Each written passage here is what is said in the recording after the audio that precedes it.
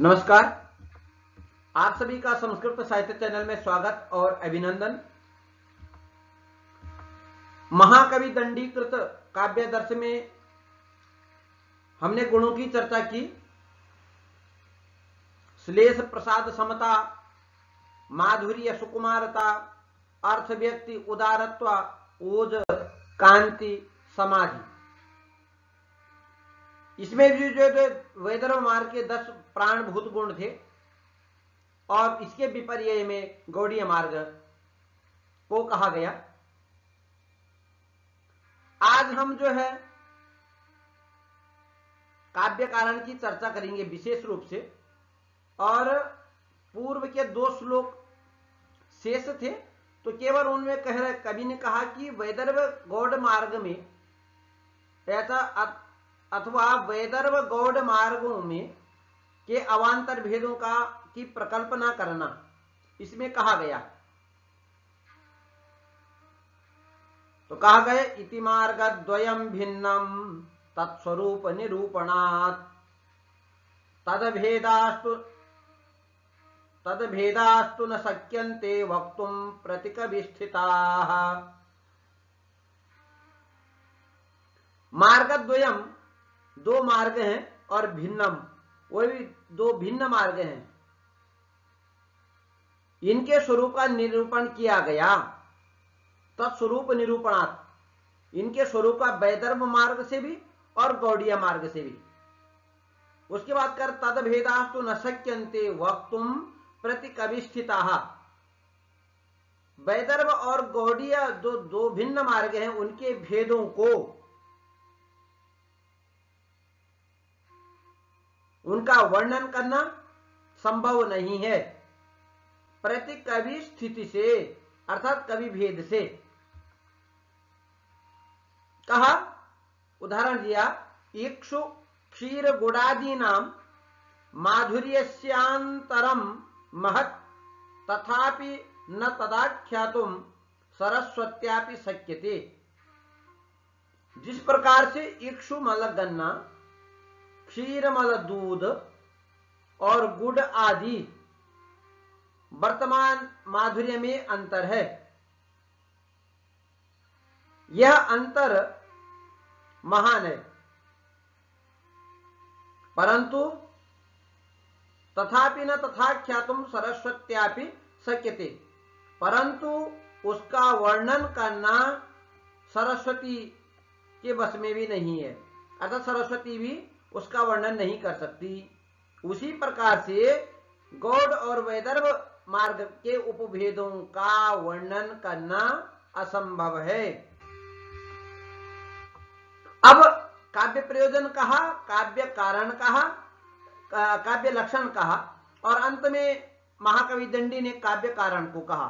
तो कहा नैसर्गिकी च प्रतिभा श्रुतम च बहु निर्मलम अमंदश्चाभियोगो स्याः कारणम काव्य संपदः। कह रहे हैं काव्य कारण क्या है और यह कितने प्रकार का होता है।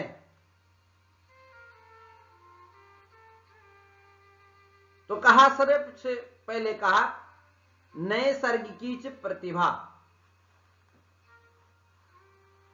निसर्ग से अर्थात पूर्व जन्म संस्कार से जो उत्पन्न है, पूर्व जो स्वभाव सिद्ध है, ऐसी प्रज्ञा, ऐसी बुद्धि। दूसरी बात कही, संशय आदि मल के संपर्क से रहित, बहुत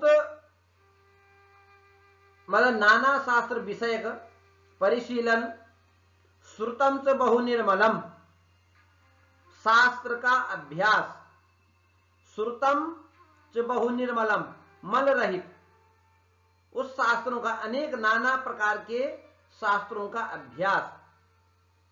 तीसरी बात कही अमंदश्चाभियोगो स्याः, अस्याः। फिर कहा कि अमंद कभी विक्षित क्षया पुनः पुनः काव्यकरण की प्रवृत्ति,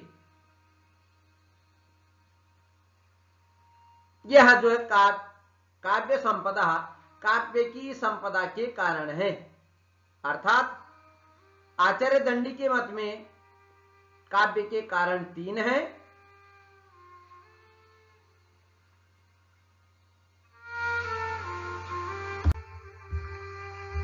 आगे पुनः कहा कि यह जिसके पास प्रतिभा नहीं होगी वह क्या करेगा, तो कहा न विद्यते यद्यपि पूर्व वासना गुणानुबंधित प्रतिमानमद्भुतम् श्रुतेन यत्नेन च वागुपासिता ध्रुवं करोत्येव कमप्यनुग्रहम्।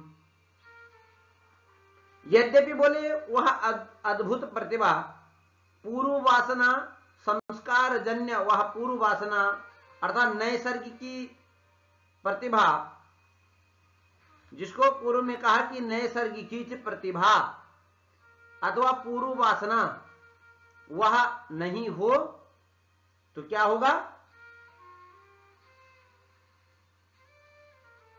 करें गुणानुबंधित प्रतिमानम अद्भुतम।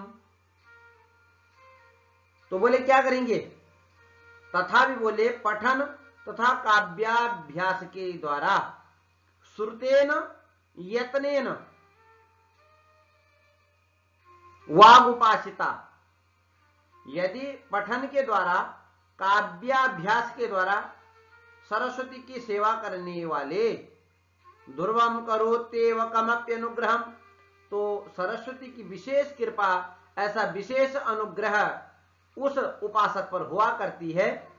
प्राक्तन संस्कार प्रतिभा के न रहने पर शास्त्रों का अध्ययन और काव्य करने का अभ्यास जारी रखा जाएगा तो सरस्वती अवश्य कवित्व निर्माण में साफल्य रूप अनुग्रह जरूर करेगी। अंतिम पद्य में कहा तदस्तंद्रेरनिशं सरस्वती श्रमादुपास्या खलु कीर्तिमीप्सुभिः कृषे कवित्वेऽपि जनाकृत श्रमाः विदग्ध गोष्ठीषु विहर्तुमीशते। इसलिए कीर्ति की कामना करने वालों को चाहिए कि तंद्रैहि अतस्तंद्रेरनिशं सरस्वती, तंद्रा को छोड़ करके, आलस्य को छोड़ करके, बोले तंद्रा का त्याग करके परिश्रम पूर्वक सरस्वती की उपासना में तत्पर रहें।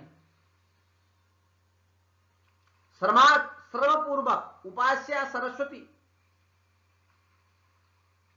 शास्त्राध्ययन और काव्याभ्यास निरंतर रहे।